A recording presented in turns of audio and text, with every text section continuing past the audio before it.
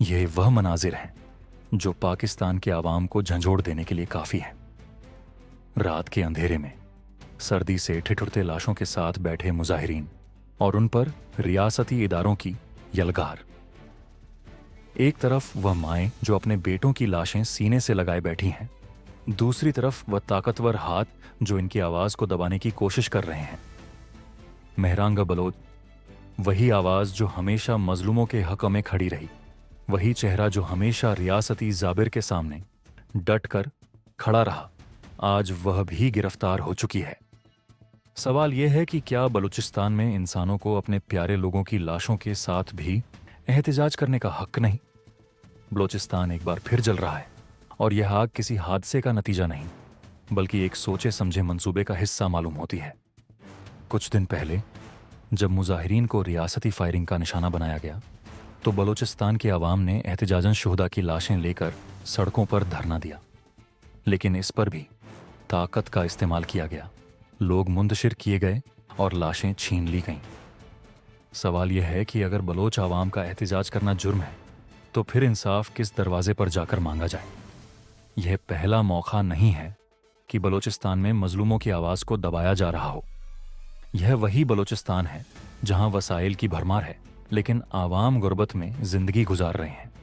ये वही बलूचिस्तान है जहां सी पैक जैसे मेगा प्रोजेक्ट्स की आड़ में तरक्की के वादे किए गए, लेकिन मकामी आबादी आज भी बुनियादी सहूलतों से महरूम है। यहाँ गुमशुदगियाँ आम बात है। लोग दिन दहाड़े उठाए जाते हैं और अगर आवाज़ बुलंद की जाए तो उसका अंजाम वही होता है जो मेहरांगा बलोच के साथ हुआ।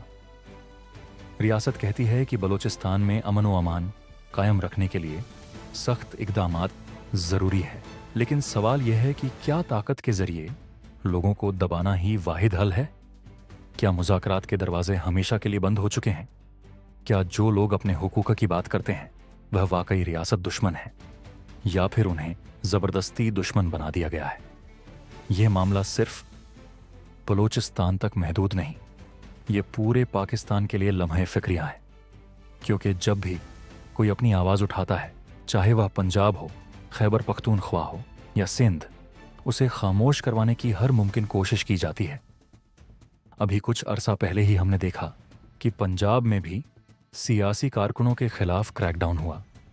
खैबर पख्तूनख्वा में मुजाहिरीन पर लाठियाँ बरसाई गईं और अब बलूचिस्तान में यह सब कुछ शिद्दत से दोहराया जा रहा है। फ़र्क सिर्फ इतना है कि बलूचिस्तान में यह सब कुछ पिछले कई दशकों से जारी है। बलूचिस्तान के मसाइल का हल ताकत के इस्तेमाल में नहीं, बल्कि मुज़ाकरात में है।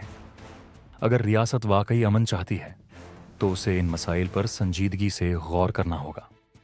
वहाँ के आवाम को उनका जायज़ हक देना होगा, उन्हें तरक्की के अमल में शरीक करना होगा और सबसे बढ़कर उनके जख्मों पर मरहम रखना होगा, न कि उन जख्मों को मज़ीद गहरा करना। ये वक्त है कि पाकिस्तान के लोग इन मसाइल को संजीदगी से समझें। मीडिया पर अगर ये खबर नहीं दिखाई जा रही तो इसका यह मतलब नहीं कि मसला मौजूद नहीं। बलूचिस्तान जल रहा है और अगर आज हम खामोश रहे तो ये आग कल हमारे घरों तक भी पहुंच सकती है। अब सवाल यह है कि क्या हम इन मजलूमों के साथ खड़े होंगे या फिर बेहिसी की चादर ओढ़कर सब कुछ ऐसे ही चलने देंगे? बलूचिस्तान के आवाम कब तक अपने हुकूक के लिए सड़कों पर रुलते रहेंगे? और सबसे बड़ा सवाल, आखिर यह सिलसिला कब रुकेगा?